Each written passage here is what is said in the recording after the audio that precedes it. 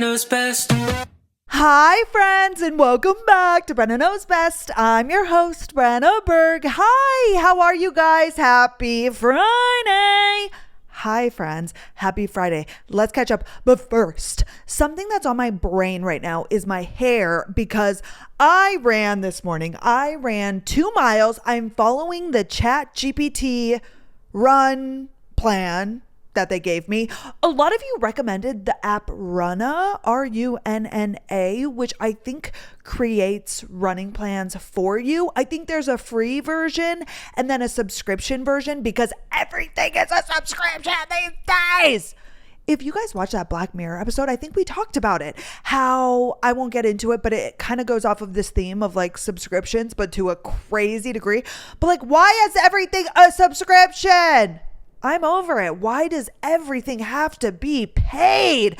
I understand they're all businesses. They need to make money, but it is so annoying. Anywho, therefore, I went on to ChatGPT, I told you guys last week, and I had a 2-mile run on Monday and a 2-mile run today. It is Wednesday, and my hair wash routine, let's talk about that. It is not set in stone. I just let the wind take me. For example, which maybe this is really gross and I shouldn't be admitting this on the internet. I had my birthday on Friday, which we will get into. I curled my hair. Right. Then it was Saturday. I did not run. Oh, it very much depends on when I run as well, of course, and how sweaty I get. For example, Monday was kind of cool. It was like 60 degrees when I ran, which I always sweat. I'm a sweaty bitch, but like not that much. This morning at 7 a.m., it was already 80 degrees. I sweat like a mother. I ran the same 2 miles, right? But I was so much more sweatier today. And anywho, I curled my hair for my birthday on Friday. Sorry, I'm jumping back. Then we had Nanny Dad's birthday Saturday. Therefore, I had like the same curls, right? Sunday, I just live. Monday, I ran, but wasn't that sweaty. Tuesday, I had a working lunch. Therefore, I curled my hair. And this is all important, okay? So follow along with me. And I knew I was going to run this morning, but I told you guys on my Instagram story that I have an Amazon gift card to use. And one thing I bought that I'm really freaking excited about is these claw clips. Are these claw clips? I am loving these stupid plastic little dinky claw clips. Why am I so late to the party? I remember being a child. I remember my mom having them. Like, claw clips are not new. They definitely have become trendier in the recent years. I don't know how long now, but obviously. However, or within the past year, they've been around for forever. I remember my mom having them. I never wore them, but I remember did she even wear them or did she just have them? I'm not sure. She's just a girl at the end of the day. However, I last year was sent a claw clip with a beauty package, and the thing that they were kind of like campaigning, it had to do with eggs. I'm not really sure. Okay, but I posted this claw clip on my story. If any of you remember, the outside part where you can like see it was an egg, but it was like a medium-sized claw clip. So I tried to wear it and it just could not hold all of my hair. I have really thick, really long hair. And therefore, this is why I also haven't gotten into the claw clip trend, because I have so much hair and I'm like, I don't think any of them can hold my hair. I've even tried. I remember Nanny Mom had like a bigger ish one and like it just was not vibing. Like it would just fall. Like it would sit for a second and then it would just kind of literally like fall to my back, right? And I'm like, okay, whatever. Not for me. I have too much hair. That's fine. Well, let me jump back to the egg. I posted that egg thing on my story. It didn't fit me. And a girl reached out. This was like, easily a year ago now. And she was like, I work at an egg farm. Like, I need to know where this clip is from. And I'm like, let me send it to you. What the fuck? So I sent her PR and this claw clip. I just didn't want to send like just a claw clip. I'm like, oh, I have extra stuff to send. So I sent her that. And anywho, I recently have been wanting to like try the claw clips because I always use my Lululemon scrunchies. Y'all have seen them time and time again. I literally got these scrunchies with my ex-boyfriend's sister in 2020, I believe. I think it was Christmas 2020. We went to Lululemon together, and they, shared their money. They had no problem like buying things for me. And we were in the checkout line, and his sister was like, do you like accessories? Like, do you want some of these scrunchies? And I'm like, no, I'm fine. Like, of course, I never wanted to like it. Yeah, which I didn't think I would wear scrunchies at the time. Well, she threw them in the bag. Y'all, those scrunchies were like 30 something dollars. I would have never bought them myself. I am still using them today. 5 years later, I have those same exact, and honestly, I'm pissed they haven't come out with more because I would buy them. Now, knowing what I know, that they've lasted me 5 years, and I literally have not used anything else since. The only time I use ponytails is when I run, when I need like a firm, solid pony. But other than that, I never really need that, and I just use the scrunchies. But now I bought these claw clips. It was literally 4 of them. I think they were listed as large. I have them in my Amazon storefront if you want to go look at them. I linked them before, but it was 4 plastic large claw clips for like $9. I'm like, perfect. I've been loving them at night. Like when we're just sitting and I'm reading, I put them in. I have like not really worn them out. Oh, I guess when we go on walks, it's just like so nice. And to get, especially in the summer months, the hair off of my back, because number 1, I'm a sweaty bitch. Number 2, it's hot in Texas. It is going to be our first 100-degree day. Oh my gosh, speaking of, I called sweet LaDonna last week. Obviously, I'm sure I talked to her on my birthday.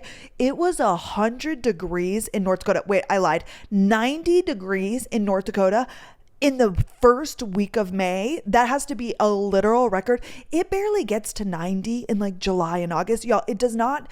It gets hot for like 1 month, but like 90 degrees in May is insane. But she was loving it. Coming off of the winter, LaDonna hates the winter. I've said this so many times, but she's like 90 pounds. I'm like literally so scared her bones are just going to like snap and break because she's so tiny and it's so cold. Oh, that's where I was headed with this conversation. Let me get back to my hair. I'll get back to the other tool that I bought. But first, I was thinking about, I've seen on TikTok girls talk about like things that their mom would and wouldn't let them do as a kid, which I was raised by Barrett. There was nothing that Barrett did and did not let me do when it comes to like vain things or like cosmetic things or like, your looks. Barrett didn't give a shit. I was in my brother's hand-me-down clothes and that was it. Barrett cared about us being safe and healthy. Really, that's it. And I remember, and this is a conversation I've seen kind of a lot where like girls, they weren't allowed to like leave the house with wet hair. You blow dry your hair or what have you, right? To some people that's crazy. To others are like, yeah, my mom like would not allow that. Y'all, when you're a kid, you either shower in the morning or at night. I feel like when you're really young, before you like start sports, obviously once I started sports and was sweaty, I would shower at night as well. But when I was young, were morning shower people, or I'm not sure how that started, but I remember literally, you guys, taking a shower, right? Whatever, getting dressed, going and waiting for the bus.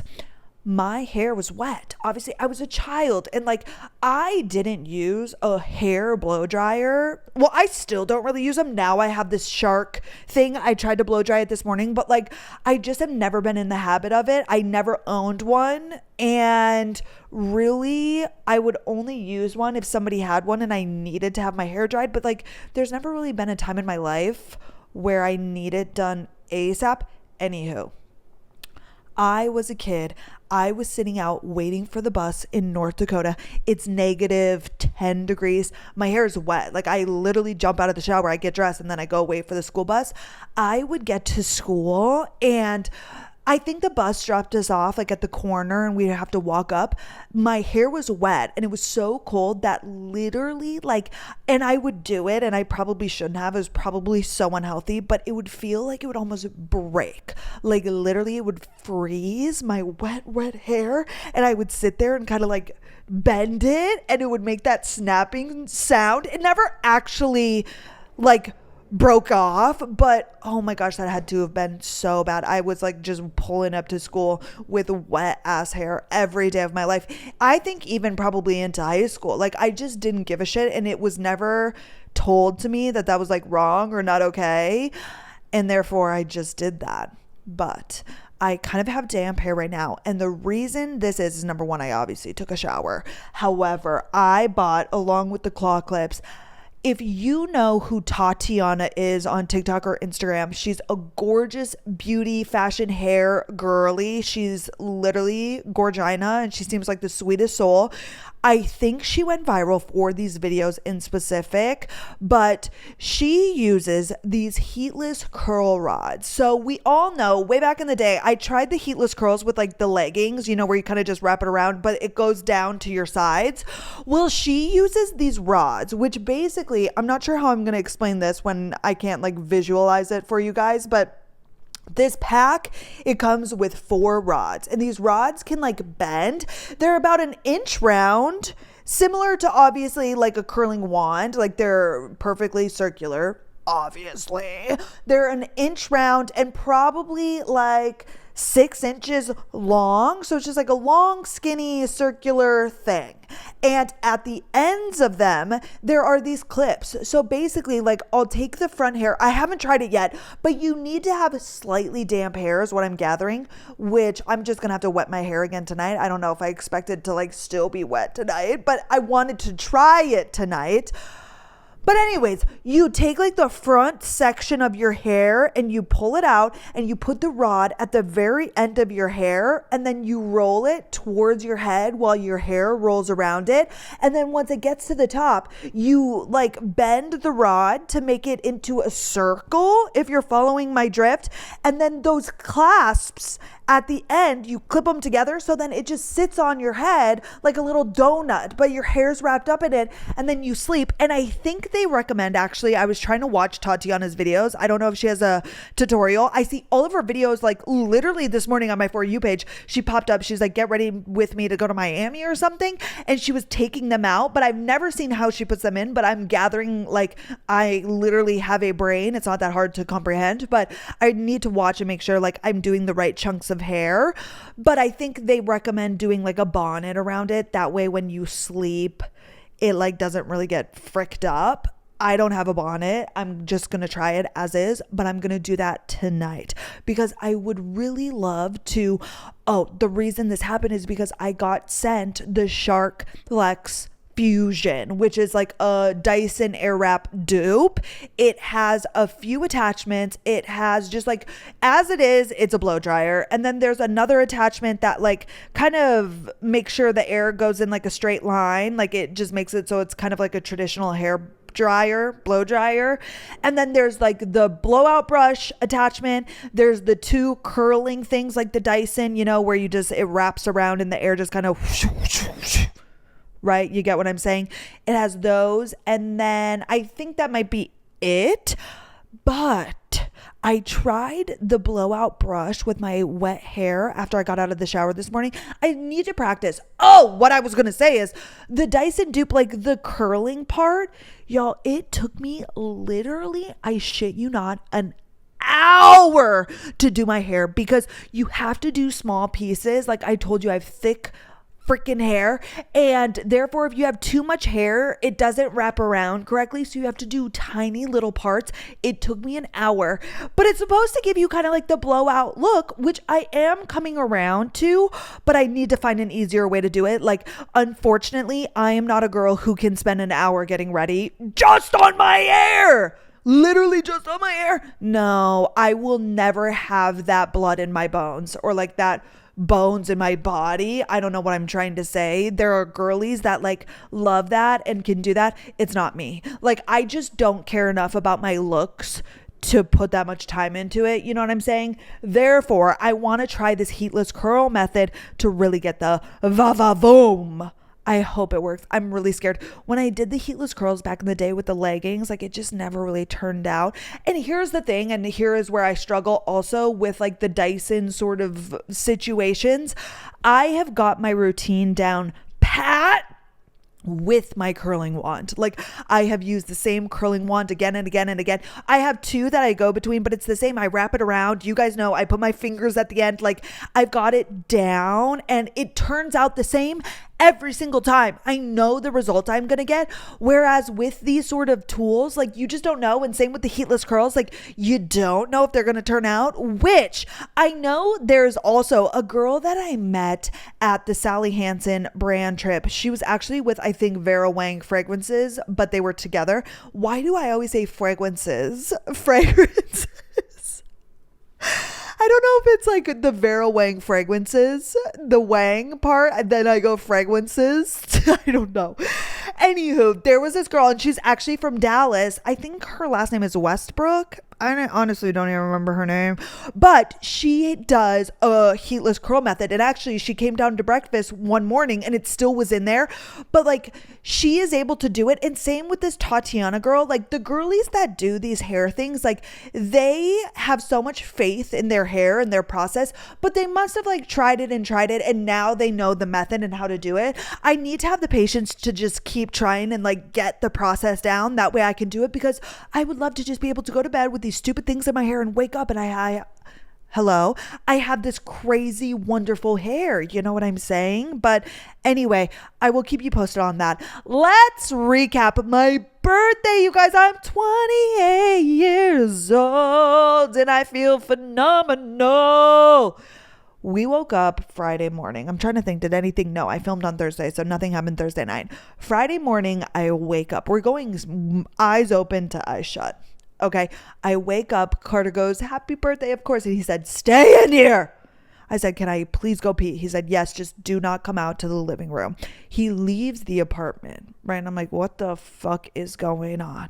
He comes back in shortly after, like not long at all. He's out there and then he comes in and he's like, "Okay, you can come out." So I was just cuddling with Maydog in my bed. She slept with us that night because obviously that is a dream come true on your birthday. I come out into the living room / kitchen. There is a bouquet of flowers. There's a card and there's a wrapped gift. Cutie, sweet Carter. I open up the gift and the card immediately. Y'all, it's like 6 a.m. He got me a Lululemon set, naturally, because that's what he always gets me, which I love. He got me the Align tank and then the Align skirt, which we'll discuss that later. He also got me a card with a sweet note, and then these flowers, which were beautiful. Then he asked me, he's like, "What do you want to do? Obviously, you want to go on a walk and get a coffee." But he's like, "Can we go to the gym first?" I'm like, "Of course." So we go to the gym. I walk and I read. I'm still reading this Court of Silver Flames, and it's killing me. I think I'm on my page like 160, and it's like a pretty big book. It's like 700. But we're going to California. Wait, have I said that yet? No. Surprise, we're going to California this weekend. I'm filming today, which is Wednesday, because we're leaving tomorrow. It kind of just happened. But, okay, I digress. I'm hoping to finish this like on the plane. Let's keep going. We go to the gym, we get back, and then Cutie Carter's like, "Let's go on a walk outside, and then let's go get a coffee." We go on a walk, we go get a coffee, and Carter's like, "I'm going to work from home today," which Cutie, awesome, amazing, but also like I can't really do anything when he's here because he's on calls and so on. So like I hate to be a bitch who's like complaining, but I'm like, honestly, I kind of would have preferred you left because I could have filmed and like had a normal day. Not that I had anything planned. I'm just being a bitch. Anywho, he worked at home. Well, I've been sitting around, not really doing much, posting drafts, whatever. And I'm like, I need to go donate some things. I got an email from Dutch Bros that I get a free coffee on my birthday. And I was also shipping out some items. And therefore I said, okay, I'm going to go. This is probably at like 11. I'm going to go do these things. And he was like, well, I was thinking that for breakfast, we always do like on the weekends, a late breakfast kind of lunch. He was like, why don't we get Shugs? And he's like, would you mind picking that up on your way back? I'll order it for $12.15 or what have you. You grab it. So I go out, I ship off the things, I donate the stuff, I go and grab a coffee, and then it was like literally perfect timing. I get a Shugs bagels, I come back, we eat together. The rest of the day was kind of just like work, whatever, lounging around. Obviously, people called me, Carter's mom, my best friends, all of the things, LaDonna, amazing, cool. My mom called, great. Then you guys know we had this reservation for the sushi bar, and before then we're getting ready, and I also got a free coffee from Starbucks. I'm like, let me get this, because also our reservation started at like 7:15, I believe. Number one, I was going to need the caffeine, but number two, I just wanted the free coffee. Obviously I posted that on my story.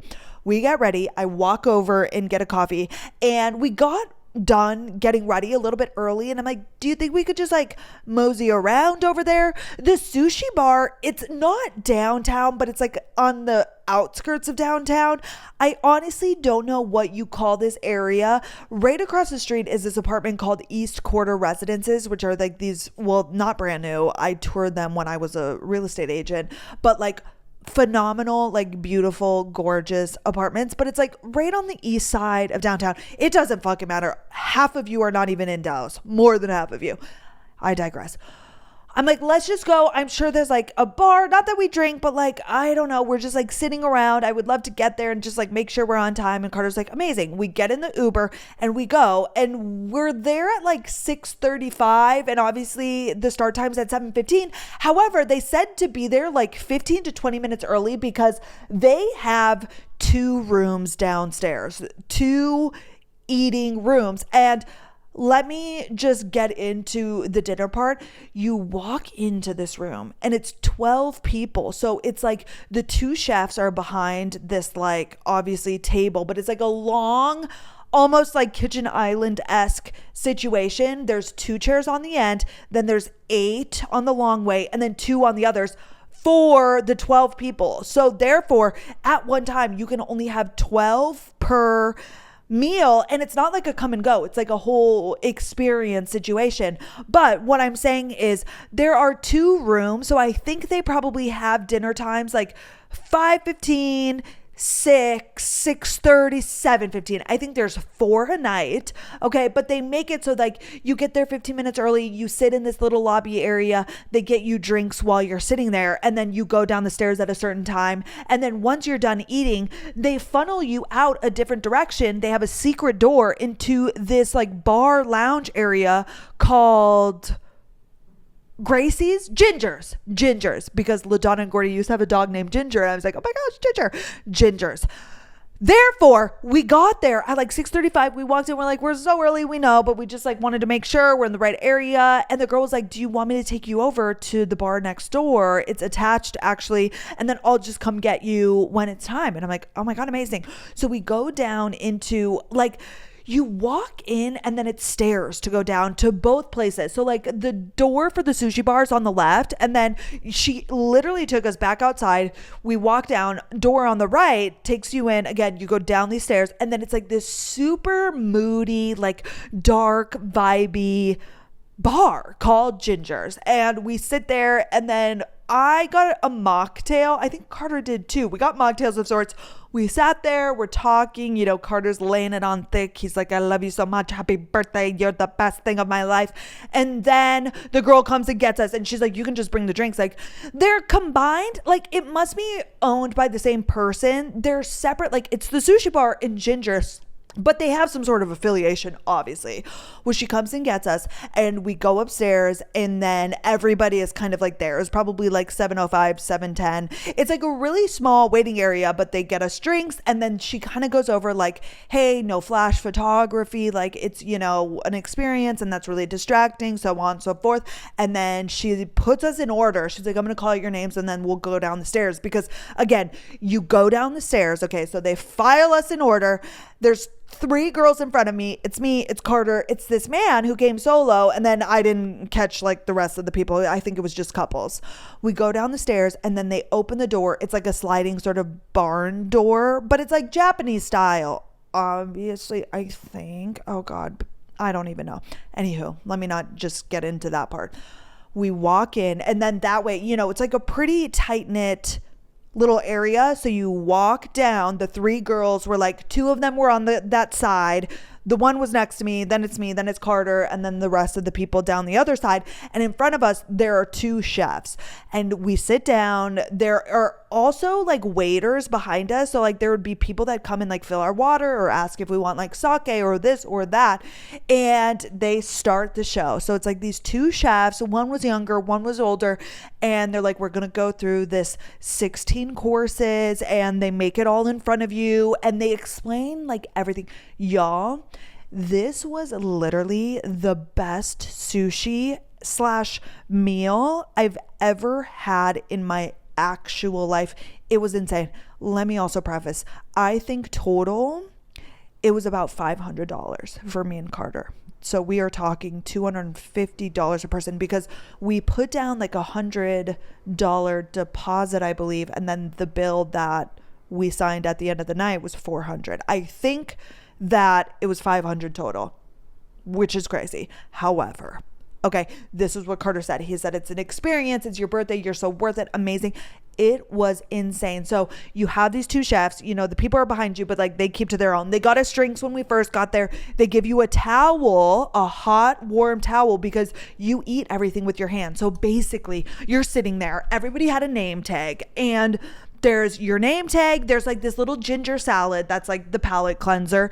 And then you have this tiny little circular plate, and you're sitting at a table. So in front of me is like my obviously glasses and my, that's pretty much it actually, because you don't have silverware. My glasses, you know, your napkin, whatever. Obviously you put that on your lap. And then the chefs are at the table. It gets a little higher. So like right in front of you is like this ledge. And so you would place your little tiny circular plate up on the ledge. They would make it right. And typically I think what was happening is like one would work on one and one would work on the other. So they gave you enough time in between. Like the first one, you know, they explain it. They talk about the fish. They talk about the importing of the fish, where it comes from.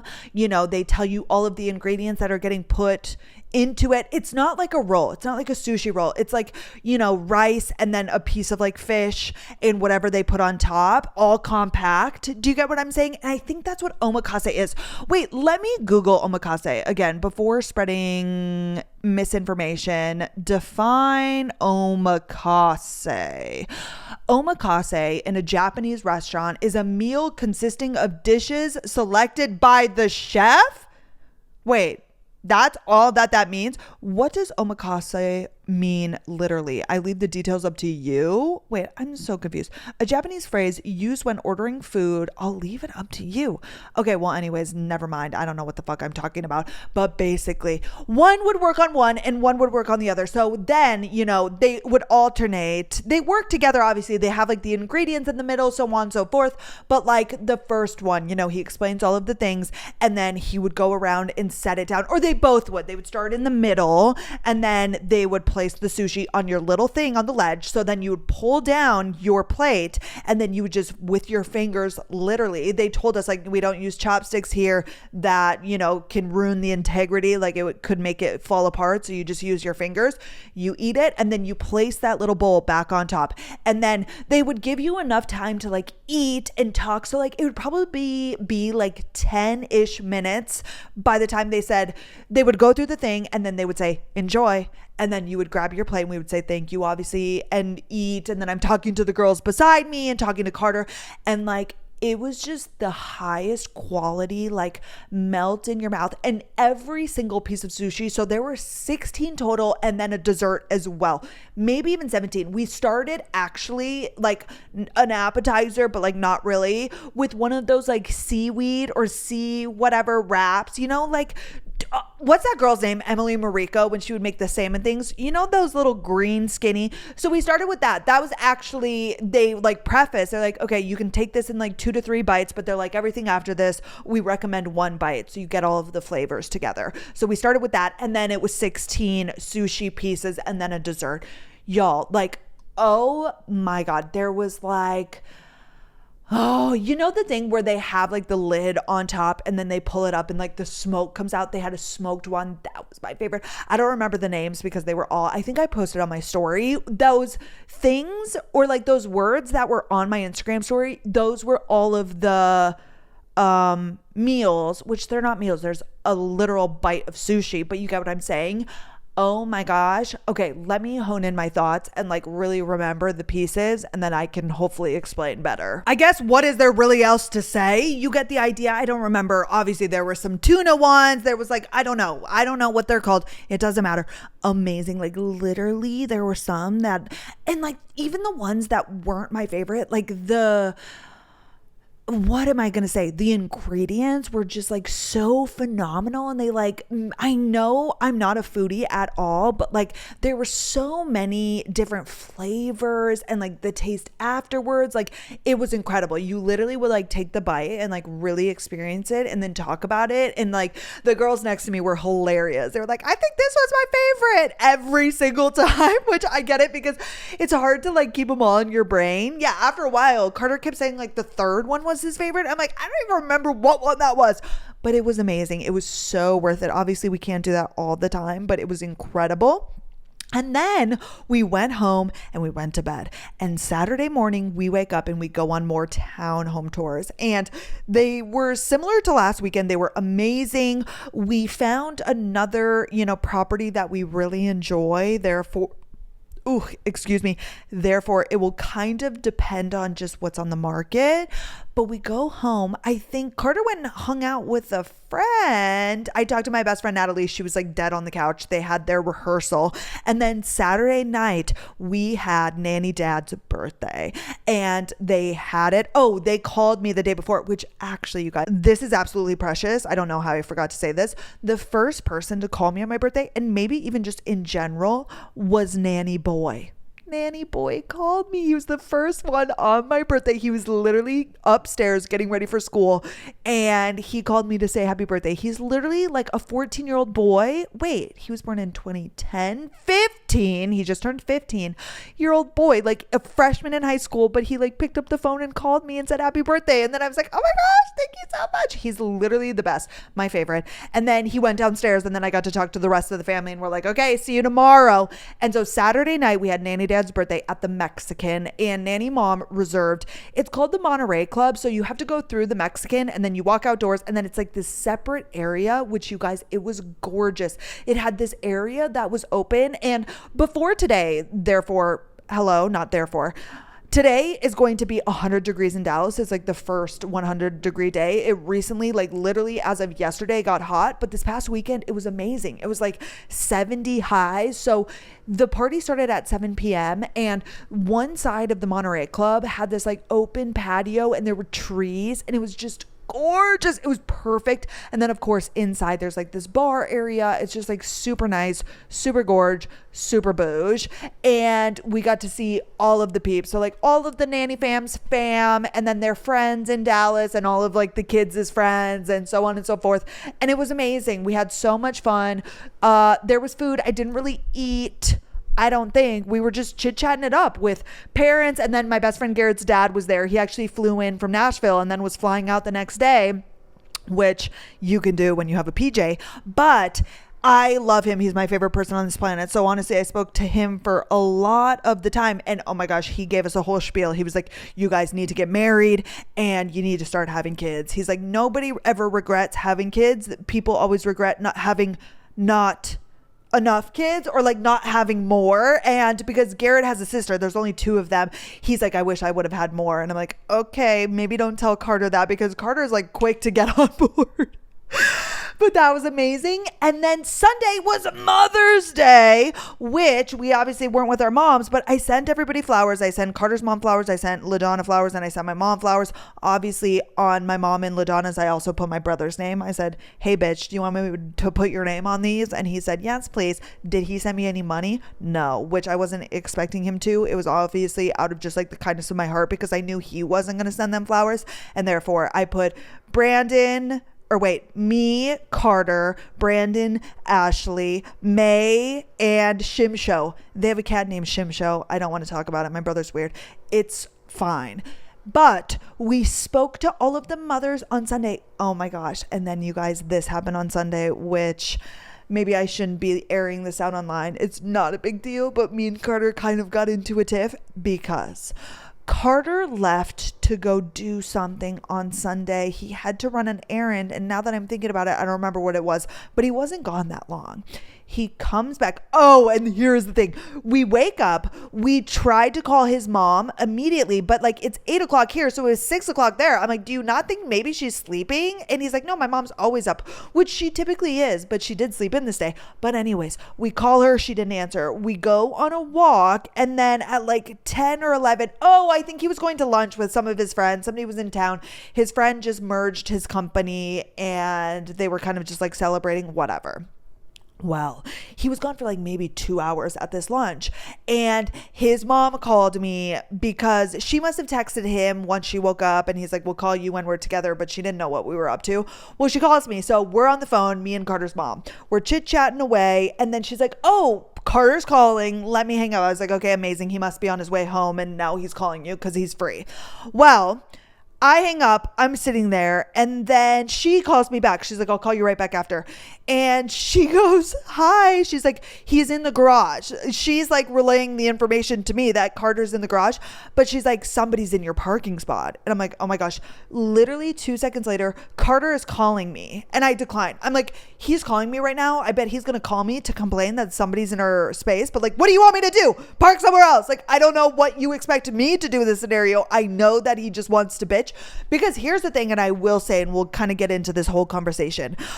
We have a parking garage. It's one floor, but we all have an assigned spot. There's only an area down below that isn't behind the gate that is guest. So like the first floor is like kind of for retail, but also our apartment complex has their own spaces. That's for guests. Then you go through and behind the gate, which you need our app to open. And then you go behind the gate, and then all of the spaces within the second floor have numbers, and we all have an assigned spot. So my Tahoe's in a spot, and then Carter has a spot, obviously. Well, there's somebody in our parking space. So he comes up, I hang up with his mom, or maybe I waited. We finished the conversation with her together, and we get off the phone, and he's like, somebody's in our spot, but we all have a sticker, right? The property gave us all a sticker. It has a number on it. The numbers don't coincide with the numbers that are in the garage, but like they just must keep track of like who has them, whatever. Well, the person in our spot has a sticker. So like they live here, but they're not in their spot. So a lot of different things could have happened, but it's like, you can't park anywhere else, because then we would be taking somebody else's spot. And if Carter is a rule follower, or if Carter is anything, he's a rule follower, like he's not going to fuck somebody else up. Therefore, he went downstairs to the first floor and just parked. And I'm like, okay, babe, like hopefully they just, it was an accident and they'll move, and so on and so forth. Well, he cannot let go of this. So like every hour he's going down there to see if they've moved, which I do understand. Like I don't also want to leave our car down below outside of the gate, because even though, my Tahoe got literally stolen out of a garage before, like the garage is not 100% foolproof that something can't happen to your vehicle, obviously, but like it does give you that level of security. And like we have a spot, like why are they in our spot? And I get it, but y'all know, like I'm just the person that like lets things happen. Like I refuse to get worked up over just things in general, especially things that are not life or death, which is pretty much everything, right? Well, Carter is not that way. He believes in right and wrong. We've talked about this. So he goes downstairs on Sunday. It's been hours at this point, and he's just going over, like, he doesn't want our car to sit out in the middle of the night. And I get that, and I don't either, but I think it would be fine. Like, worst comes to worst, like it sits down there. There probably are other cars, like guests that stay overnight. It's fine. It's not ideal. Yes, something could happen because it's not behind a gate. So like anybody and everybody could like break into the car. Like that happens, right? I get it. But like, again, I'm not going to get worked up over this. Like literally my car was stolen out of a garage in the past. Like I just can't go there. Right? I'm not going to let myself get worked up about it. Well, he goes down in the afternoon on Sunday and talks. We have like a concierge, but like literally they're there to like help Uber Eats delivery drivers get the food to the people. Like they don't really do anything. They kind of just like greet you, and they're only there at like obscure times. It's like in the evening time. It's like 7 p.m. to midnight, and then they're there on like Saturday and Sundays again, like in the afternoon. And Carter's like, are you able to look up this girl's permit, or this, well, we think it's a girl because there were sorority stickers on the back of the car. He's like, can you look up the permit number and like find this girl? And the concierge didn't have access to that. He's like, because hopefully we could just reach out and ask her to move, like go to your spot, or like what we think either her spot got taken by somebody and then she just took our spot, or like, I don't know, accidentally somehow parked in the wrong spot, which I don't know how you do that.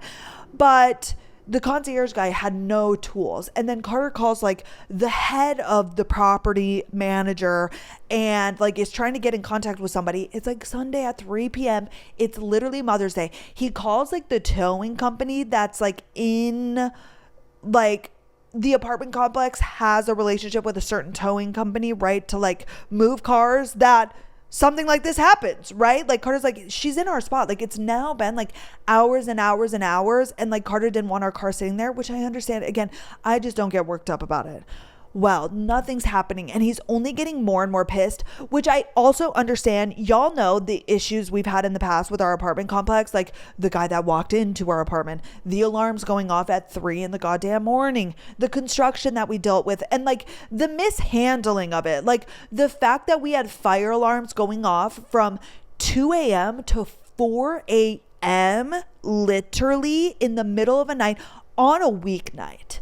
Right? We had the alarms going off and like they didn't do anything. And this had been happening. And like the alarms had been randomly going off and off and off, never at 2 a.m, but like in the evening, in the morning. And like they kept putting band-aids on it, or it felt that way because they kept going off. And then that is also a safety hazard. Like nobody would be responding, or nobody was responding to the fire alarms going off. So it's like, hello, like get this shit in line. Like why is this happening, and why is this going off at 2 a.m, literally for 2 hours straight? I digress. Okay, we also had that man, a contract worker, get a fob, a master fob, to go into any apartments. And yes, it was an accident, but he literally came into our apartment at like 5:30. I'm sitting on the couch in my robe. Again, Carter went down there and he's like, we're fine. It's not okay. Nothing happened, but like, why are you guys giving a contract worker like the master fob? Like, what are you guys going to do? That's the thing with Carter. He just wants like other people to like do right. Not be right, but like, again, he's just so like right and wrong. You know what I'm saying? Like he's always just making sure like, what are we doing in the future to make sure this doesn't happen again? And similar to like this parking thing. So there have just been like multiple things. And you know, when you live in an apartment complex and like things go wrong, you get more and more frustrated the more that things happen and shit goes on. And therefore like we're at our limit. We're literally trying to move within the next 3 months. Therefore, you know, we're kind of at wit's end, and I get it. And he's not being mean. He's not being like whatever, but he himself is getting worked up. So we go on a walk and he's like, I wish you just like supported me when I'm like, you know, feeling this way. Like, am I wrong? And I'm like, babe, you're not wrong. Like, yes, this girl's parked in our spot and that is wrong because we can't park anywhere else. Like we are now, you know, parked downstairs in the open. Anybody could come. Like no, you're not wrong. But again, I just like don't handle things like this. Not handle them. I just like don't.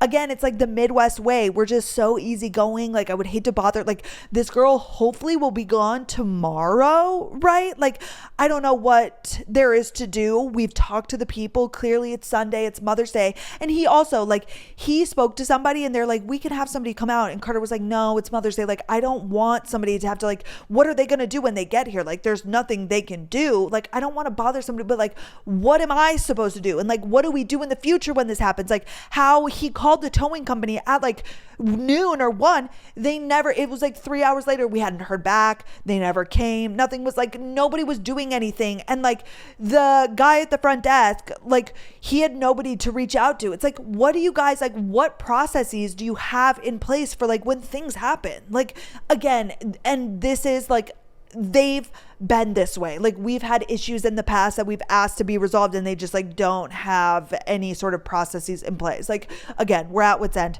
but we're on this walk and I'm like, babe, I just like when something like this happens, it just like takes over him. And like some people are like this. I am the opposite. Like I just don't allow things to really bother me that badly. And he was like, you just make me feel like I'm crazy, because I'm always like, babe, it's fine. Like I'm always just trying to, number one, I'm just trying to make sure he doesn't get worked up, because then it just kind of ruins the whole day. Like the Saturday afternoon, he's like annoyed. And I'm like, we're really worked up over a girl in our parking spot, which again, it's not correct. She fucked up like our whole day. Well, again, it wouldn't have fucked up my whole day. Like I just would have let the car sit. But like, again, it's just kind of nobody is right or wrong. We just both like deal with things differently. And he's like, I just feel not supported. Like you kind of make me feel like I'm insane, you know, like, or like I'm in the wrong. And I'm like, no, you're not in the wrong. I just don't deal with things like this. Like I just don't get worked up. And he's like, trust me, I wish I didn't get worked up, but I do. And I'm like, I get that. But anyways, we go down at the end of the day because it's still, the towing truck didn't come, nothing happened. And literally we have nowhere to park unless we fuck somebody else up, and we're not going to do that. Well, the concierge guy was like, I do like walks around, and he's like, there's one space which is actually perpendicular to ours. Like there's a pole, we're on a corner. It's like the one right next to us. He's like, that has never been taken. I don't think somebody parks there. He's like, just park there. I promise you won't get towed. Obviously the tow truck never came because we've been contacting them. Hello, all day long. He's like, I'll be here till 1. Nobody's going to come by that time. Like you'll be fine to park there. And that was the other thing. Carter, downstairs, our apartment complex in that first floor, they put up signs that you will be towed if you don't, you know, I think there's like a QR code to pay or like do something. So he's like, I don't want to get towed down there. Like if we leave the car, is it going to get towed? Is it going to get broken into? And I get it, all valid worries. But like the guy was like, you're not going to get towed. And I had explained that to Carter before, because when his parents came and visited, there was like a car situation. Like they were having to constantly valet. I'm like, why don't they park down below? And Carter's like, I don't want them to get towed. And I'm like, I highly doubt, like we know how this apartment complex not processes. We know how they, what's the word I'm looking for? Like work. Like we know that they don't do freaking shit, right? Nobody's going to get towed. But Carter is just, again, like, he sees the sign. It says you will be towed if you don't do this and that. And like, he just abides by rules. He is an extreme rule follower is what I would say. But anyways, we go up and we park right next to our spot. The car is still there. It's like 8 p.m. on Sunday. And then in the morning when we go down to drive Carter to work, it was gone. And this week it's been fine. But that was Sunday. Okay, Monday, I think, was a normal day. Yesterday, you guys, something that goes on is my manager will send, or not send, but she will set up lunches for me with brands to just like kind of network, but talk to the marketing team about things going on and just like build a relationship with the brands in Dallas. And I had a little lunch yesterday at Las Palmas, which is like the best Mexican in Dallas. We actually all got chicken Caesar wraps, but it was phenomenal. It was delish. We had chips and guac. That was amazing. And then y'all, I went over on Monday, I was sent by my apartment locator these properties that are brand new. They're like duplexes, but they're rentals and they're insane, but they're like way over budget. They're like extremely over budget. We could do it, but like I just don't want to pay. But I'm like, let me go and see if I can shoot the shit. Let me see if they're running any deals, or if like the website didn't have that many details. I'm like, maybe they have some for a lower price. Like maybe only these floor plans are this price, but they're only open on like Tuesdays and maybe Fridays because they're brand new and there are only so many of them. I'm like, it's Tuesday. Let me drive over there after I finish my lunch and go chit chat. Well, I show up to this place and I didn't call or like set up a tour or warn them. I park on the street. I go to the building, and it's not like a building because they just turned one of the duplexes into a showroom and then made the garage like the office. So there's just like a door of a house, but like where the garage would be. So like all of the homes have like garages, but this one just has like a front door with like a little Ring camera, and that's it. And so I try and open the door, it's not open, and then I hit the Ring thing, and then I call. Nobody's like there. It's like hot as fuck yesterday. And as it's ringing, I get a text, and I look down, and the girl texts me back. I learned later it was a girl. She's like, I'm finishing up a tour right now. I'll be right there in like 5 minutes. I'm so sorry, whatever. And I'm like, oh my gosh, no worries. Amazing. Well, I see her coming down the street. I sit there. I send off some audio messages. I just like wait for her. She comes over and she's like, hey, by the way, she's like, if I show you the showroom, do you mind? I have my marketing guy there. And there's this Tesla parked on the street, and this guy starts getting out, and she's like, this guy, he's our marketing guy. He's making some videos and photos. Like, would you mind while I show you that he's just in the background taking photos and videos? I'm like, oh my God, I'm dead. Sure. I don't give a shit, but I'm like, that's hilarious. I'm like, I actually create content. I'm like, I'm not like this, like I'm not doing whatever this is, but I was like, I was just at this lunch, so on and so forth in the area, and I go in and they only have one floor plan and the price is outrageous. But I go through and like literally they posted a reel. I looked this morning, I'm in this reel. They had this girl showing me this home. I'm like, amazing, free content for you guys. You're welcome. I should have charged them. I'm literally just kidding. But anyways, they were gorgeous. I was like, if Carter would have come with me, obviously who's at work, he would have signed immediately. He would have been like, it's perfect. They have yards. It's 3 bedrooms. They're gorgina. They're in a great area, but it just is pushing the limits really badly. And that was yesterday. Okay, what have I watched this week? Oh my gosh, you guys, on Netflix. Okay, me and Carter watched, wait, let me remember what it's called. A Deadly American Marriage. If you guys watch this, I love documentaries. I love true crime. I love all of those things, which I'll talk about another documentary that we watched, which is not like this one at all. Basically, if you don't care that I'm going to spoil this for you, there was a couple, and I think this happened in like 2015. There was a man who had 2 children in Ireland, okay, with his wife. He got married, they had 2 kids, and then she ended up dying of an asthma attack when the kids were like 2 and 1 or like 3 and 1, okay, really, really young. Okay, mother passes. So sad. We have a single dad. Okay, he goes online and looks to get an au pair or like a nanny because he is working, a single dad with a deceased wife now, and needs an au pair. Well, this woman from America becomes the au pair. Okay, she is online looking for a job, wanted to get out of America. She goes over there, and shortly but surely after, they start dating. Okay, I don't think the age gap was that crazy because he was pretty young. Like his wife passed, like I think late 20s, maybe early 30s. Like they had just had these kids, but this au pair comes on over. They start dating. They get into a relationship, and she had been the au pair now for like whatever. So basically, she's been like a mother to these kids. Well, they end up dating. They end up getting married. They move back to America, okay, and raise these kids in not Kentucky, not Tennessee, maybe Georgia. I don't remember. South Carolina, North Carolina, one of the Carolinas, I think. Okay. He is very Irish, and the kids now, which we'll get into that basically. Okay. They come here, the kids start being raised. And when I think they were like 8 and 10, there's an older boy and a younger girl. Okay. Her parents, they're from America. They were staying at their house in the Carolinas or wherever they're from. Well, the police get called in the middle of the night, and they go to this house, and the dad of those kids, right? The dad in the scenario. Oh, wait, 1 second. Carter is calling me. Hi, Tootsie Pop. Hello, my sweet angel. Hi. How are you? I'm great. How are you? Good. What are you up to? I'm filming the pod. No. What do you do? Oh, lovely. Just doing a little bit of work. Can you believe that the freaking city dock people? Well, I'm so confused what happened between last night and now that made them call you. I know. Like, did he sleep on it? Like, was he thinking about the fact? Like, I don't understand how that even happens. Like, that's like kind of extremely unprofessional in my opinion. No, I agree. So who called and what did they say? It was that guy. And The he's nurse. like, hey. Well, yeah, like the The old nurse guy. He's like, practitioner? hey, how are you doing? I was like, good, but I mean, I still can't hear.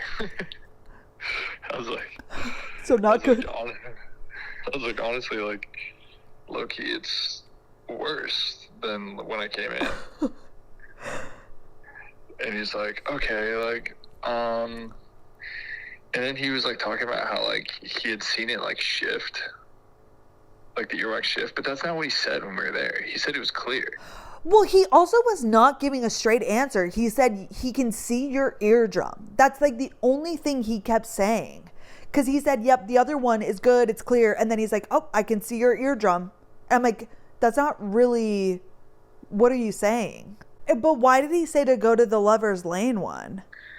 I bet it's just like, More I think legitimate? there's like a guy there. Sounds like he like spoke to some guy. Oh, and really? It was like about like the issue, and I'm sure it was like, well, fucking bring that dude back in. Okay, so you're thinking after work? Probably. Yeah. Yeah, I imagine that's probably like the best thing to do. So anyways. Do you want me to come with? Do you want to? Babe, don't quit asking me, do I want to? I feel like you should. I feel like I need a witness. I need someone else in the room who's like, no, like that actually happened. I can come if you just swing by and get me whenever you go, but Yeah, I'll just grab you. I'm nervous now. I'm like, bro. But anyways. All right. Okay. I love you, Tootsie. I love you, Tootsie. I'll see you later. Okay. All right, bye. Okay, bye. Oh my gosh, you guys. I don't know how I forgot to tell you this. Literally last night, we went to like City Doc or like an urgent care or something because over the weekend, which this is so ironic that Carter just went to the ENT not that long ago, which I think prompted this. I think the ENT, it was for his nose, but I think they checked his ears as well and said like, there's a little bit of buildup. So he's been like really trying to clean his ears, which I think did the opposite. And over the weekend, I believe he really was like not being able to hear out of one. And I think he put a Q-tip in and then really jam-packed like the wax. Sorry if this is disgusting, but then he like could not hear. And he's been using the Debrox. Y'all, I thought it was deep rocks. Like I thought it was, what are those rock things that you put in your mouth? Hot rocks? What were those candies we ate as a child? Pop rocks. You would put them in your mouth and they would fizzle. I thought it was like deep rocks. Like I was thinking that like it was that, but it would go in your ear and then they break up the earwax. No, it's Debrox. It's like Debrox. The only reason I found that out is because Carter asked me to get more because he's been doing that and it was like not getting better. So last night he was really bothered because he like yesterday could not hear out of his right ear, and he's like, I'm gonna set up an appointment, like can you come with me? And I'm like, why the fuck do I need to go? This was at like literally 7 p.m. last night. Like I'm ready for bed, and he's like, I really want to get this taken care of, like please come with me, like emotional support.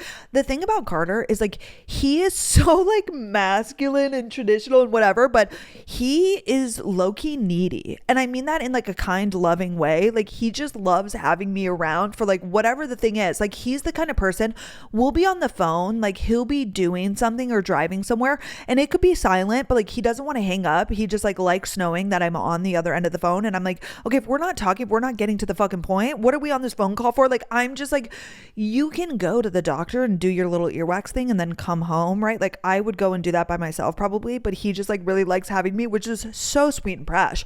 But anyways, we drive over there. We get into the office and basically all they do, it's like a softener situation in like a spray bottle, like a spray bottle that you would use to clean stuff, but it has this long tube at the end and then it gets really small at the end with like a plastic thing, and they shoot this into your ear. And like Carter was like holding on to the armrest, like literally he said it was like one of the most painful things. Like it's just so much pressure. They're just spraying that shit in your ear Right. And they did it for so long. And they said the other ear also had some wax. So they did both sides, but like they could not tell if the right one, like after they did it, he's like, I still can't hear. But the nurse practitioner was like, it's probably because it's inflamed. Like I'll send a prescription to CVS for like a steroid drop that will help with the inflammation or whatever.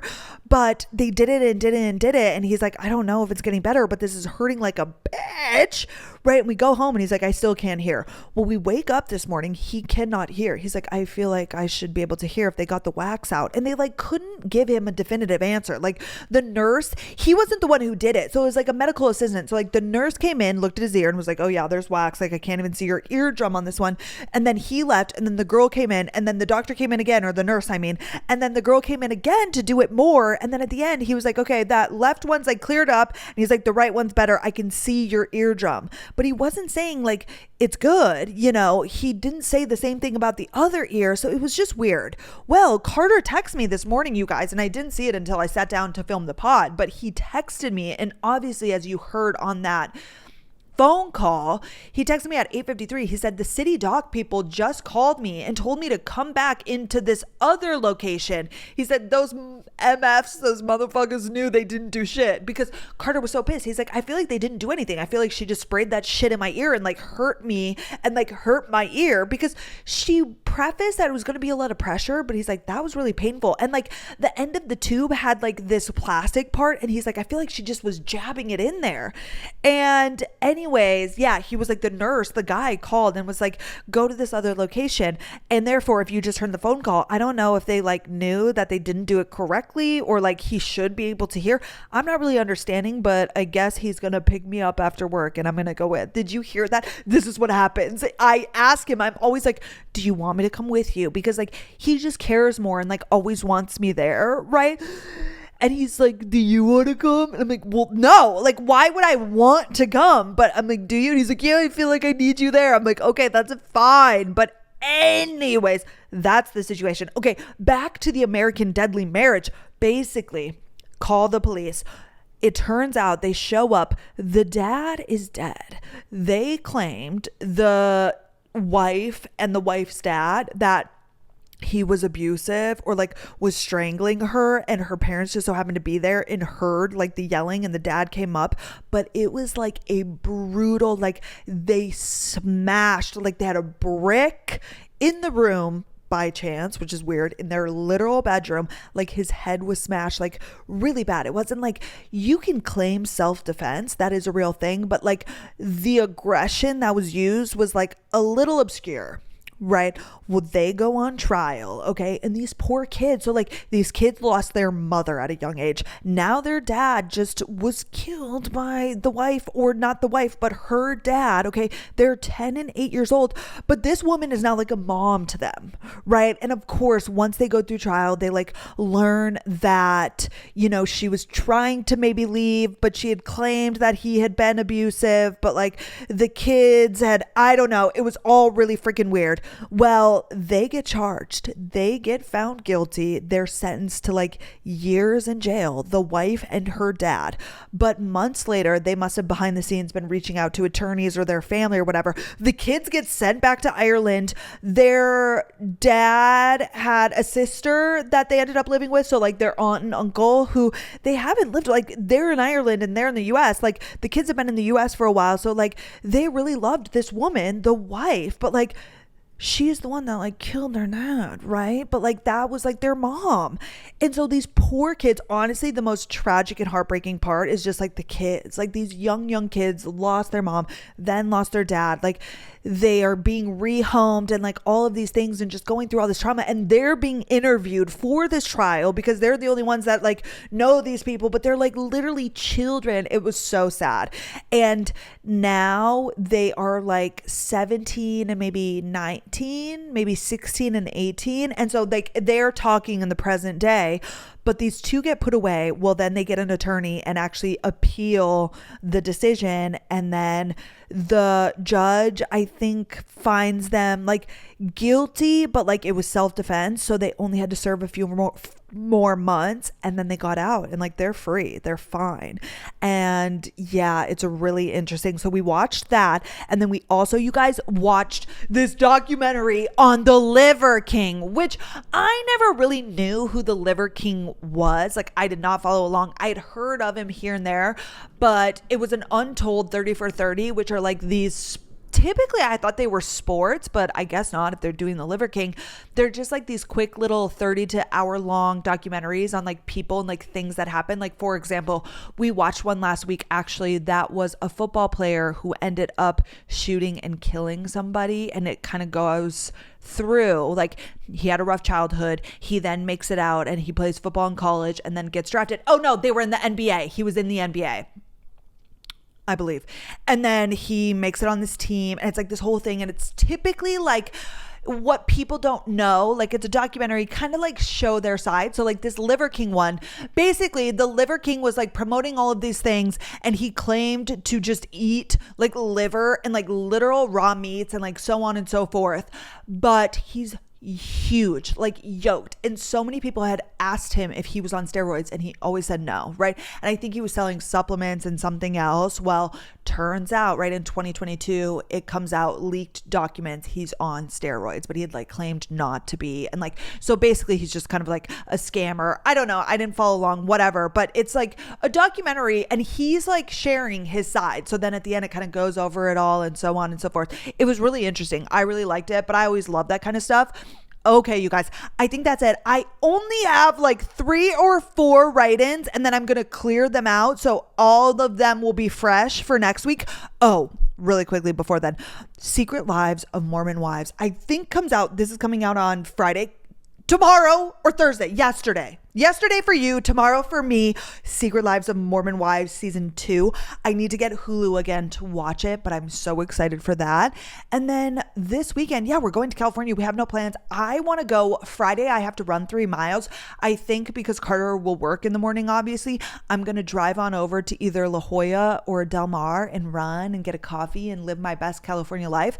I'm really excited for that. But we come back on Sunday, and then next week I'm going to North Dakota. Ugh, I hate that for me. I'm excited to see my family, but hate everything else about it. But anyways, okay, let's get into these write-ins and then we'll wrap it up. This one, y'all, if you're watching this, the visual is going to cut out because I'm re-recording this second part. I just edited like an hour and 5 minutes, and then the last like 20 to 30 minutes, y'all, this was a really long episode. The audio was so bad. I think my microphone got disconnected. I don't know, but I just like don't have the patience to set up my camera. I want to go through, you guys, I read 3 stories, so I cannot read them now because I deleted them after I read them, but I'm going to go through and then we're going to be done. Okay, the first story, which this makes me so sad. There was a girl, and I apologize if you wrote this in, that I'm not reading it verbatim, but basically the first story was a woman who has written in before, and if you're an avid listener, you could probably put the pieces together. Obviously we don't know who you are, but just like the stories, the one about getting in her face and trying marriage counseling. Well, basically this woman is a teacher and the year is coming to a close, and the title of her story was, "Am I the asshole for lying to my husband for a month straight before leaving him?" And basically she talked about all of her relationship struggles. A year ago they tried counseling and he just wasn't in it,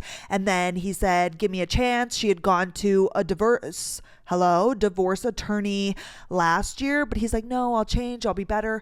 A year later he's not better, and like he only is getting like kind of worse, whereas like he'll ask if she loves him and she'll say yes, but he like it will get really up in her face about it. And like he found on her laptop recently, she went to the divorce attorney and is like finally going to go through with it. It just hasn't been good. He said he wanted to start trying for a baby. She's literally pulling away because he has not been a good partner, essentially. Again, I'm so sorry. I cannot read this off because I deleted it. However, the audio was so bad, you guys. I was like, I would rather just re-record than have you listen to that. But basically she went to a divorce attorney and she has decided to leave at the end of the school year because she's a teacher and she's having friends and family come in to help her on the last day get out. Therefore, she's not telling her husband, obviously, because if she's like, I'm leaving you at the end of the school year, which is now 2 weeks away. I think she wrote this in like a week and a half ago. Who knows what he would do? You never know. And if you feel even slightly unsafe or just like your partner is not stable, do not do what's best for you. And she's feeling very guilty for not telling him. And like he probably has an inkling that this is happening, but not really. And she just wanted like reassurance that it's okay. And I'm just here to tell you that you need to do what's safe for you and healthy for you. And I think the best decision is to not tell him, obviously. And I think what you're doing is 100% correct and it's not going to feel good. But she also asked like what to say. And obviously, I don't know what ending a marriage is like. And that's going to be really hard. I feel like number one, just make sure friends are there. And I know typically, like if this was a 20-year-old breaking up with her boyfriend, I would suggest just doing that on your own. But obviously, we don't know what this man is capable of. And if you already feel just like unsure, if you want to say something, like just speak your truth. You tried to make it work. You gave him a year. Oh, she said they haven't had sex in 2.5 years. He just is like neglectful and like just not a good partner. And you do not want to have a child with this man. Like that, I know for 100% fact, do not do that. But also, I support you just getting out of there and dealing with the attorney and really not, if you feel really unsafe, like you do not owe that man anything. He knows exactly. He's going to deny. He's going to say he was trying. He's going to say this, that, and the other. But you know that that's not true. Like nothing has changed. He is who he is. He has not been a good partner. And that's just that. And so you just need to get out. You need to take care of yourself. And those are my final thoughts. You are not the asshole. I promise you'll feel immediately like, you're probably feeling so many things. You're feeling bad for lying. I get that. But like, this is a big moment. You are going through this divorce or will be going through. It's just going to be a big life change. But I'm so proud of you and it's going to be so worth it. It's going to be hard for a while. I can promise you that. But so worth it in the long run. And you just like can be free of like literally a bad partner just holds you back like nothing else. And I never want to like recommend divorce, but obviously in a bad situation, like that is the answer. It's not failing. It's not a loss, right? Like you tried and you really were hopeful and you did everything you can, but you need a partner who's reciprocating and he just wasn't doing that. And that's it. Okay. The next story, which was really long as well, but basically this girl was like, am I the asshole for not, answering my toxic ex? So basically she had this ex-boyfriend mainly in college. I think she said she's 26 now. He is 25. They broke up 2 years ago. Like literally toxic. He one time didn't go to a friend's wedding because he was waiting on his food at a fast food restaurant and it wasn't out yet, and therefore he didn't come to a wedding with her. He would like bail last minute. He would throw things, like if they got in arguments, he would like throw and break his phone. She like had her car in the shop at one point. He literally wouldn't drive her to work and they lived like 5 minutes apart. Like just a bad fucking boyfriend. But basically he reached out last week and he like messaged on Instagram and then tried to be like, oh, sorry, accident, whatever. And she's like, I'm completely over it, but I feel bad for not answering. Do not feel bad. Block him. You are over it, but like, why even let that energy touch you? Like, why even see his name? I don't even care if it's an ex of 2 years and the relationship was good. Like, I still think you just got to move on. Like, they were a moment in time. We keep it moving. And I recommend blocking. And if he still finds ways, just like, do not answer. It's not worth your time. It's just like keep springing around. Whether or not you're completely over it, like reminded of that time. And it's like, you're a different person now. You broke up 2 years ago, let alone the relationship was like 5 years ago. You know, you started that. And she said the last like year and a half of the relationship was not good. Block. Do not answer. I support you. 100%. Okay, and the last story, you guys, let me rack my little brain. It was a short little story and it was a girl. Oh my gosh. Okay, so There is a girl and she's been going out with a guy and it's going really well. But basically, when she was in high school, what I gathered is she had a boyfriend who, like, essentially pushed her too far sexually and, like, basically sexually assaulted her. Sorry, trigger warning. And, like, she ended up getting this thing called vaginismus. I pronounced it wrong and I still can't get it correct. But basically, like, your vagina, like, tightens up and it becomes really hard and, like, really tight when you try and insert something into your vagina. And she went to a lot of, like, therapy. She went to doctors, and then also for, like, the sexual assault, obviously mentally, like, a lot of stuff. She was like 16 to 19. This happened to her. She then had a boyfriend, like, in college for 2 years. That was really good. But at the beginning of the relationship, it was a lot of trauma for her, just, like, emotionally, but also, like, having sex was really hard because she had this issue. It's like literally a condition that she got because of, like, ugh, that makes me so fucking sick, but I digress. Literally, it was hard for them to have sex, but then towards the end of the relationship, it got better and the sex was good and, like, everything was wonderful, but then they broke up for, like, other reasons. That relationship was good, whatever. That ended 2 years ago, and now she's like 24, I believe, maybe 25, and she started seeing somebody, but she has not had sex since then.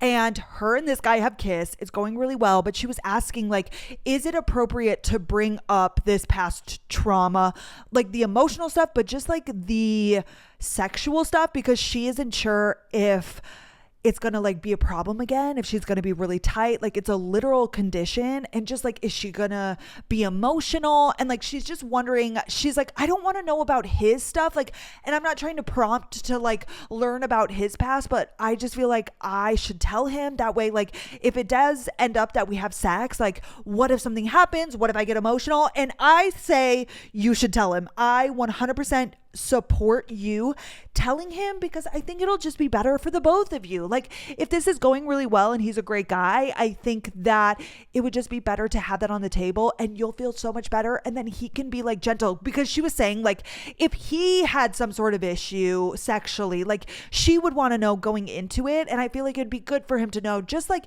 yeah, if, like, you're really nervous, which you probably will be anyways, you know, because it's been so long and you've had all of these things. But I think it's better to tell him than to not tell him. I think it'll make you feel better. And I think if I were him, I would also want to know. And I think you can just go into it. Everything you put in the message, say to him. Just be like, I don't want to know. Like, I don't need to know your past. I'm just explaining this to you because it was a lot. And, like, trauma like that will literally stay with you forever. I'm not saying it doesn't get easier. Like, I think in 20 years, you know, you could still be feeling like a certain type of way, and that's normal and that's okay. So I think that, like, mentioning it to him, and you don't need to go, like, whatever you feel comfortable sharing. It might be a lot to him, but, like, if he's a good guy, like, he'll get it and he'll be so thankful you told him, and he can just know. That way, if you guys do have sex, and if it doesn't go there and things fizzle out, it's fine.